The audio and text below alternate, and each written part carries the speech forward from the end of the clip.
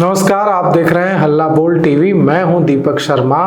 रितलाल यादव खौफ के पर्याय बाहुबली विधायक रितलाल यादव के नाम से दानापुर में बड़े बड़े अपराधी से लेकर बड़े बड़े कारोबारी तक खौफ खाते थे। लेकिन क्या रितलाल यादव की पकड़ कमजोर हो गई है?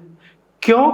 क्योंकि रितलाल यादव के मुंशी उपेंद्र राय को गोली मार दी गई है आज। और उपेंद्र राय ने पुलिस को बताया है कि उन्होंने हमलावरों को पहचाना है, क्योंकि हमलावरों को वो पहले से जानते थे। अब सोचिए, रितलाल यादव जिनके नाम से बड़े बड़े कारोबारी अपराधी खौफ खाते थे, वो बाहुबली रितलाल यादव के मुंशी, उनके बेहद खास उपेंद्र राय को गोली मार दी जाती है। और कहाँ गोली मारी जाती है? दानापुर के शाहपुर में, शाहपुर थाना क्षेत्र में। और दानापुर के शाहपुर थाना क्षेत्र में जब वे कोर्ट से अपने गांव जा रहे थे तो ढिबरा मोड़ के पास उनको गोली मार दी जाती है। और अपराधी भी यह जानते हैं कि जिसे वे गोली मार रहे हैं उपेंद्र राय को, उपेंद्र राय उन्हें पहचानते हैं।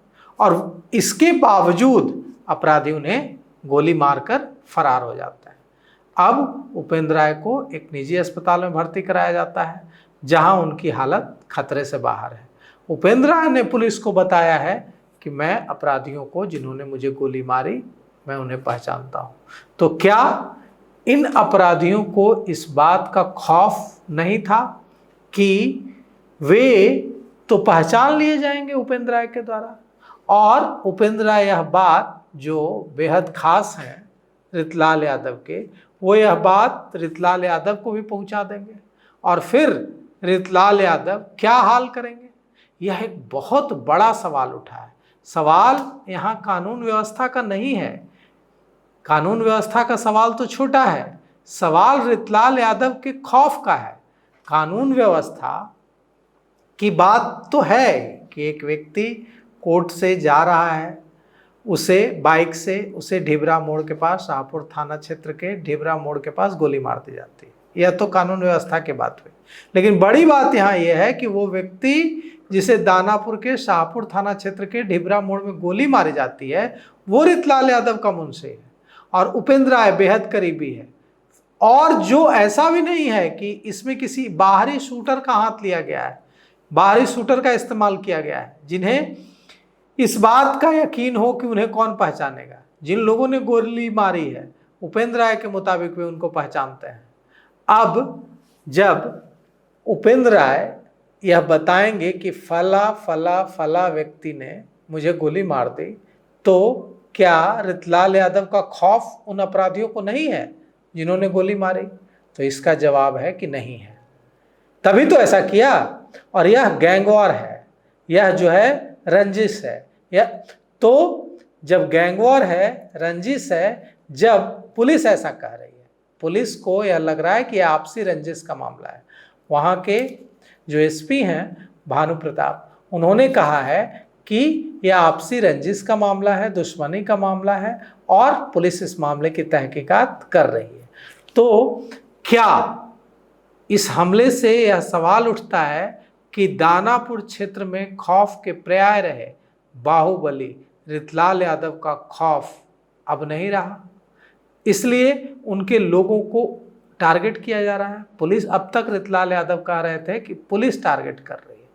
अब तक रितलाल यादव को जब पेश किया गया था जज के सामने, तो उन्होंने इच्छा मृत्यु मांग ली थी। कहा था जज से गिड़गिड़ाते हुए, रोते हुए, कि अब जीने की इच्छा नहीं है, मेरे साथ जो किया जा रहा है, जो टॉर्चर किया जा रहा है, उसके बाद मेरी इच्छा नहीं है कि मैं जिंदा रहूं, सो हुजूर मुझे मौत दे दी जाए।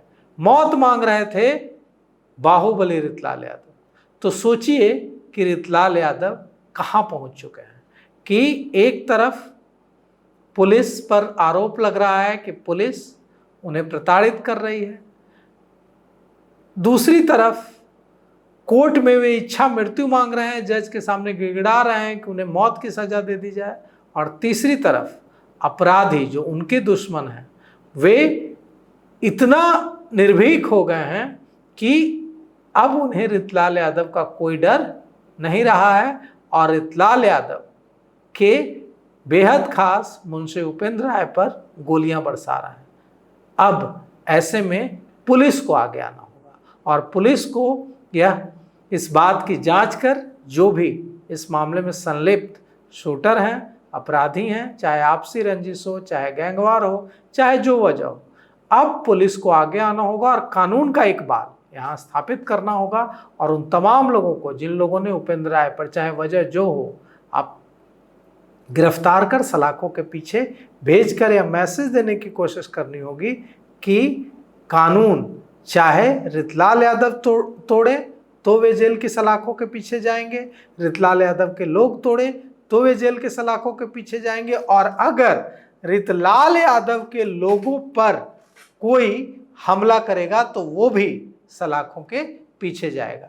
ऐसे ही तो शासन का इकबाल कायम होता है, ऐसे ही तो शासन का खौफ बुलंद होता है।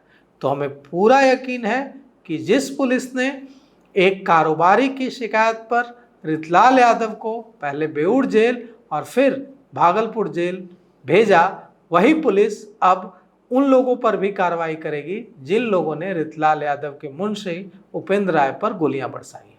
आपको क्या लगता है पुलिस कब तक कार्रवाई करेगी और कितनी सख्ती से कार्रवाई करेगी? कमेंट कर जरूर बताइएगा। तो फिलहाल इस पेशकश में इतना ही। आगे की खबरों के लिए देखते रहिए हल्ला बोल टीवी। शुक्रिया।